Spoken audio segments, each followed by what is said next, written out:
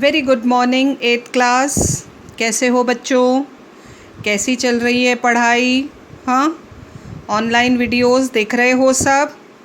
But one thing children, I have come to known from the school कि आप में से कई बच्चों ने अभी भी अपनी फ़ीस नहीं सबमिट की है फॉर द फर्स्ट क्वार्टर, जिसकी लास्ट डेट 30 सितंबर है बच्चों।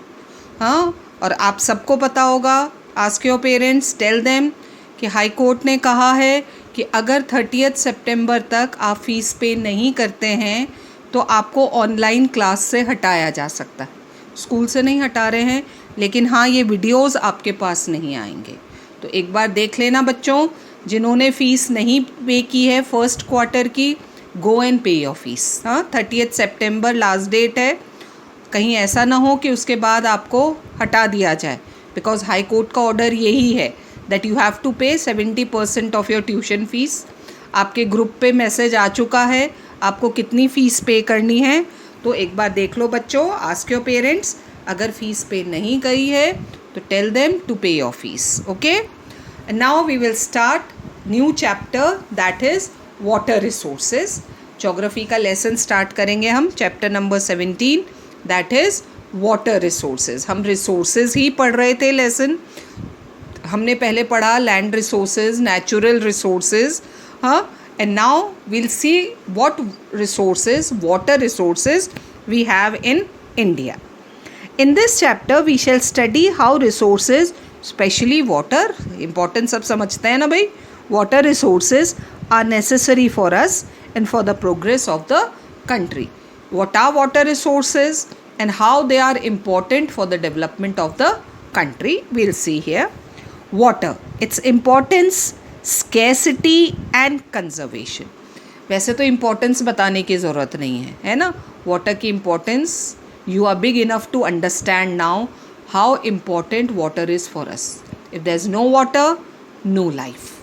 So it's very important if we want to continue life on earth. Let's see. Like land, water is also an important resource. It is quite important for the survival of all forms of life on this earth. Not only human life, but plant life and animal life also. Everybody requires water. There is no denying the fact that a greater part of our earth is covered by oceans. देखो, do you know में दे रखा है कि 3/4 of our earth is covered by water. तो हमारी अर्थ का एक बहुत बड़ा हिस्सा is covered by oceans. Water, but ocean water is salty, presence of salt in it, and we cannot use it either for drinking or for irrigating our fields. तो वो पानी हम काम में नहीं ले सकते, हाँ, क्योंकि उसमें बहुत ज़्यादा सॉल्ट प्रेजेंट होता है, and neither we can drink that water और no we can use it in our fields. हम खेतों में भी नहीं दे सकते। Hence we depend upon fresh water. तो हमारी नीड कौन पूरी कर रहा है? Fresh water which is limited in supply, जिसकी सप्लाई बहुत कम है, क्योंकि ज़्यादातर वाटर जो अर्थ पर है that is salty, which we require for our domestic, agriculture and industrial uses. किस किस के लिए चाहिए हमें फ्रेश वाटर? हर जगह, अपने घर पे, fields में and industries में. As this water is quite limited, so we must be very careful while using it. एक तो नंबर कम है फ्रेश वाटर का और नीड ज़्यादा है, सो हमें उस पानी को बहुत सोच समझ कर यूज़ में लेना है. Water is useful for us in many ways.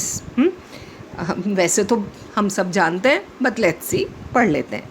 Water is quite necessary to quench the thirst. प्यास बुझाना. What is the meaning of quench the thirst? प्यास बुझाने के काम आता है of men, birds and beast, animal. सबको अपनी प्यास बुझाने के लिए क्या चाहिए? Water. We need water in large quantity for irrigation. खेतों में पानी देना है, then only crops will be grown. To increase the agricultural production, water is also needed to run our industries. हमारी industries को चलाने के लिए भी a large amount of fresh water is needed. हम वहाँ भी salty water use नहीं कर सकते. So this is how water is useful to us. अब हम समझेंगे अबाउट वाटर स्कैसिटी. पानी की कमी क्यों हो रही है एंड इट्स कॉजेस, कारण. When water is so important for all of us, have we ever thought what havoc we are doing with this important resource? है ना, havoc का मतलब हवा क्रिएट करना. क्या बर्बाद कर रहे हैं हमको इसको. अभी हमने ऊपर पढ़ा how water is important to us. अगर लाइफ कंटिन्यू करनी है तो वी नीड वाटर. लेकिन इतने इम्पॉर्टेंट रिसोर्स को हम कितनी आसानी से डिस्ट्रॉय कर रहे हैं. Are we not contributing to its scarcity? आज जो अर्थ पर वाटर स्कैसिटी है, the water scarcity that we are facing, it's not because of nature or plants or animals. इन सब के लिए सिर्फ कौन जिम्मेदार है बच्चों? We human beings. And creating a serious problem. What is the meaning of grim? Serious problem for us. Some scholars believe that in future the wars will not be fought for land but for water. आने वाले समय में 20-30 years, even after 2050 आते आते तो अगर अर्थ पर कोई वॉर होगा, हाँ, तो that will not be for land, that will be for water. पानी किसके पास हो. पावरफुल कंट्रीज पानी को अपने कंट्रोल में लेना चाहेंगे because water is getting scarce day by day, कम होता जा रहा है. In such a state of affairs we are forced to think as to what have led to the scarcity of water. So now we are going to study about the various causes of water scarcity. Out of the total volume of world's water, world में जितना भी water present है total, only underline करो 2.7% is fresh water. पूरा पानी 100% जो भी water available है अर्थ पर, उसमें से how much is fresh water? Only 2.7%. और यही फ्रेश वाटर हम कितनी जगह यूज़ करते हैं.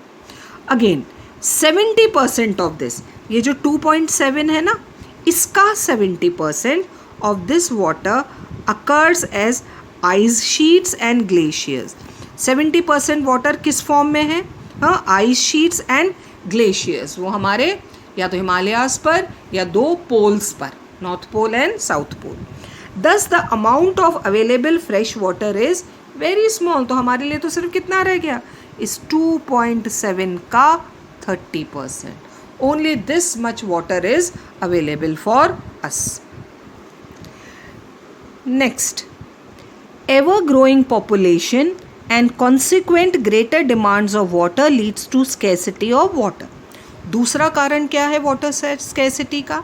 पॉपुलेशन बहुत तेज़ी से बढ़ती जा रही है और पॉपुलेशन जितनी ज़्यादा होती जाएगी वाटर की डिमांड उतनी ही बढ़ती जाएगी और एज अ रिज़ल्ट वाटर उतना ही कम होता जाएगा.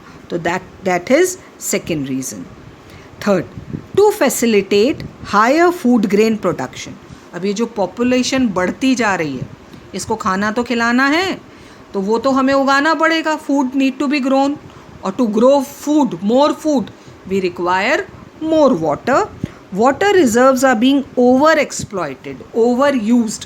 What is the meaning of over exploited? Over used, which leads to scarcity of water. हम ज़्यादा से ज़्यादा फूड ग्रो करने के लिए ज़्यादा से ज़्यादा पानी निकाल रहे हैं अर्थ में से, तो उससे भी वाटर स्कैसिटी होती जा रही है ना. डू रीड दिस बच्चों, एक बार पढ़ लेना. डू यू नो, हाँ, ऐड टू योर नॉलेज. ये सिर्फ एक बार पढ़ लेना क्या दे रखा है. It's very simple, you can easily understand it. So we are doing the causes of water scarcity. Next cause, the over increasing number of industries. जैसे जैसे इंडस्ट्रियलाइजेशन होता जा रहा है, number of industries is increasing, has made the matters worse by putting extra pressure on existing fresh water resources. See, not only we require fresh water for domestic use and growing of food, but we also require fresh water to run our industries. और जैसे जैसे industries का number बढ़ रहा है, fresh water का use बढ़ रहा है, जिससे कि स्कैसिटी बढ़ती जा रही है. The ever increasing number of urban areas, cities, शहरों का नंबर बढ़ता जा रहा है, and towns has further aggravated का मतलब होता है मेड सीरियस, बढ़ा देना the problem of the scarcity of water. जैसे जैसे number of cities and towns is increasing, the use of water is also increasing because thousands and thousands of resident units are required month after month. ये जो buildings बनती है, construction है ना, high rise buildings शहरों में जो बन रहे हैं, सिटीज़ में फ्लैट्स, बिग बिल्डिंग्स, इनको बनाने में भी तो कितना वाटर यूज़ हो रहा है. And the last cause the pollution of water by domestic and industrial waste. हम सिर्फ यूज़ ही नहीं कर रहे हैं वाटर को, जो वाटर है प्रेजेंट उसे पोल्यूट भी कर रहे हैं, ख़राब भी कर रहे हैं by industrial waste, domestic waste, chemicals, pesticides and fertilisers. ये सब पानी में डाल रहे हैं हम, जिससे वो वाटर पोल्यूट हो रहा है. Has made the water unfit for human use. और एक बार ये सब पानी में मिल जाए तो that water is of no use to human being. So these are the 6 causes of scarcity of water. क्यों पानी की स्कैरसिटी होती जा रही है.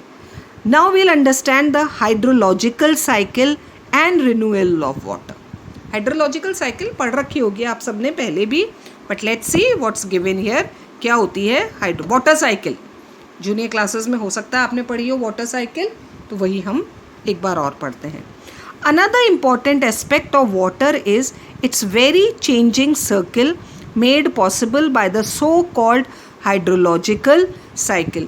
वाटर से जुड़ा हुआ एक बहुत इम्पॉर्टेंट एस्पेक्ट है बच्चों, हाइड्रोलॉजिकल साइकिल.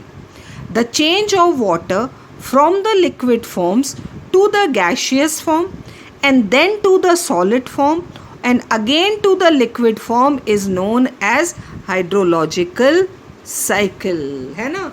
सबसे पहले वाटर किस फॉर्म में है बच्चों, लिक्विड फॉर्म में, in the oceans. Then it changes to gaseous form. When the water gets heated in the ocean it turns into gas. भाप बनकर वो ऊपर जाता है बादलों में, gaseous form. And there it gets cool down and changes into solid form. Condensation होता है उसका.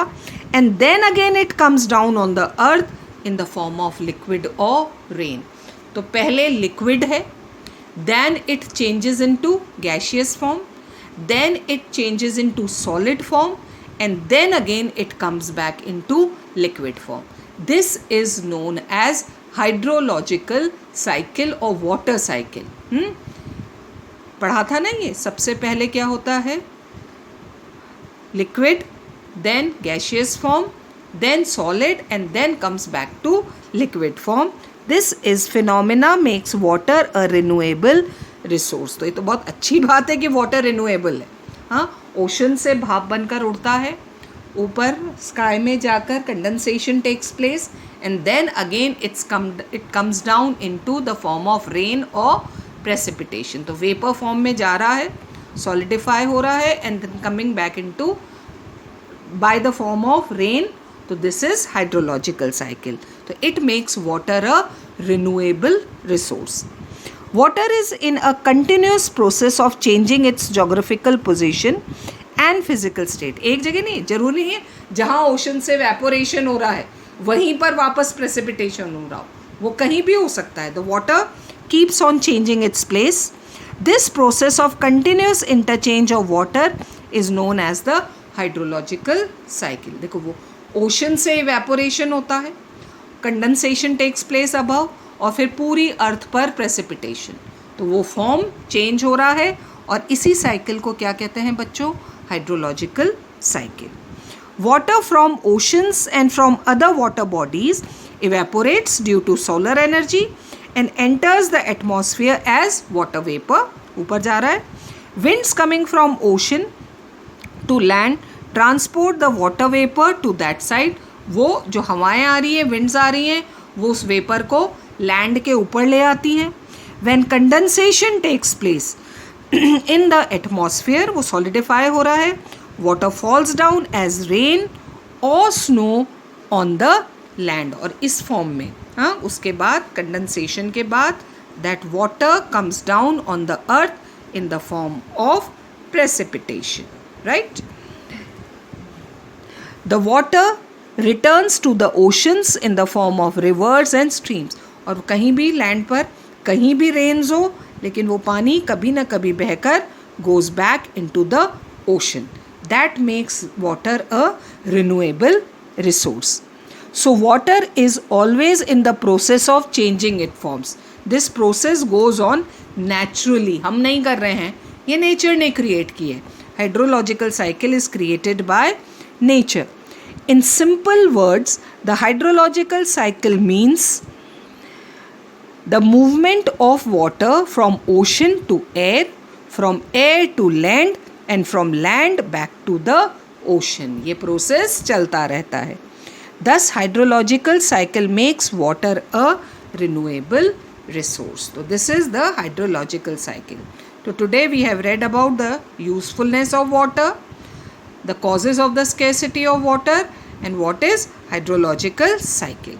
Next we'll start with the sources of water. Till then, keep reading.